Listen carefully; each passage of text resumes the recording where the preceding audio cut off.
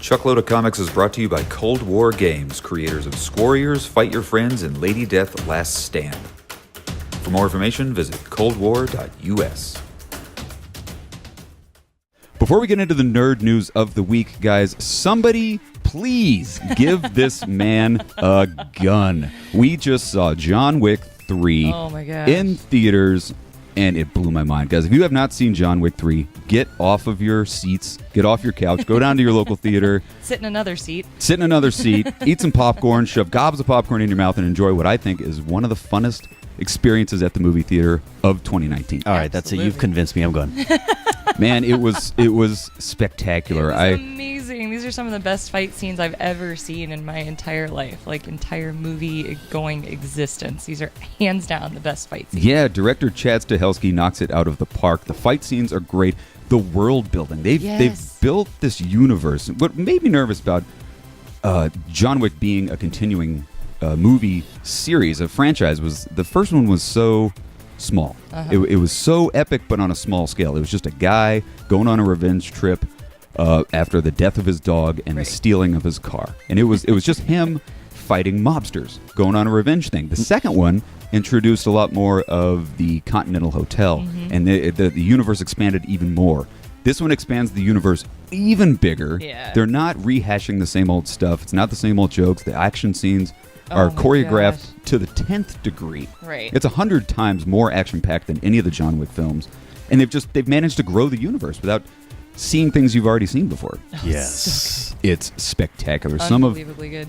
You don't get a lot of talking with Keanu Reeves. Yeah. He doesn't speak nearly as much in this one. But, oh my God, dude, the action is spectacular. Our audience was going nuts.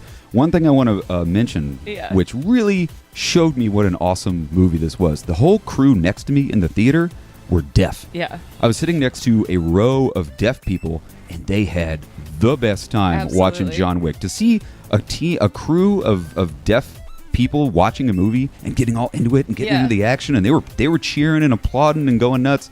It's a testament to how good of a direction Chad Stahelski did with this film. Yeah, it's visually stunning. Were they all dressed like John Wick as well? No, they weren't. They were just dressed like normal people, normal deaf people, and they had an absolute blast. That's so cool. So guys, you got to go see John Wick. It's, in my opinion, probably the best trilogy of our age. I agree. I can't think of another trilogy where right up to the third one, it's just as good as the first one. Yep. Back to the Future, easy. You think? I don't know. Maybe Die Hard.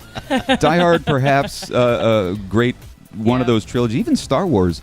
By the time you get into the Jedi, a lot of fans were kind of falling off of it. A lot of people don't like Jedi as much as New Hope and Empire. This one, fans of the John Wick series are going to love this movie. Absolutely. Okay. But you got to go see it. You got to see all three.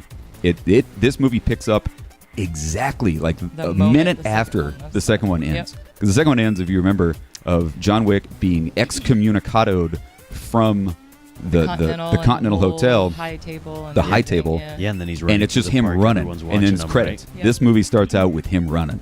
It literally doesn't skip a beat, and it's so spectacular. That's awesome. It's incredible. Go see John Wick 3. Go see it twice. I'm going to go see it multiple times. See it in the Dolby so you can really feel the gunshots blasting in your gut.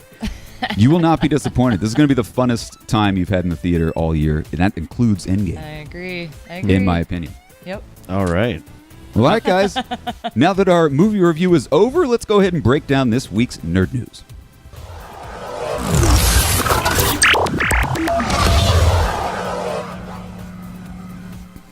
Okay, guys, so the biggest news of the week, in my opinion, this news dropped, I think, on Wednesday. We got news on social media that Marvel is canceling all of their X-Men titles.